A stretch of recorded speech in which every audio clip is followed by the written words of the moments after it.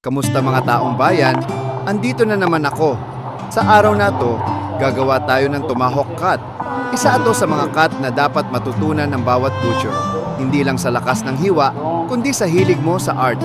Ang tomahawk ay galing sa rib section ng baka, mahaba ang buto, makapal ang karne, at dito mo talaga masusubok ang linis, tiyaga at disiplina sa paghiwa.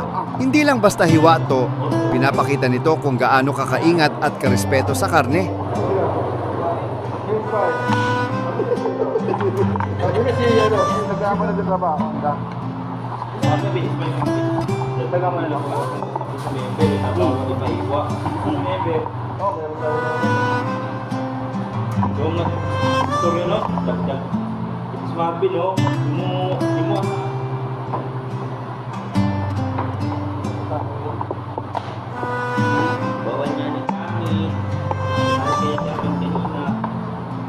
Bago ako magpaalam, tanong ko lang, okay ba ang tomahawk cut ko?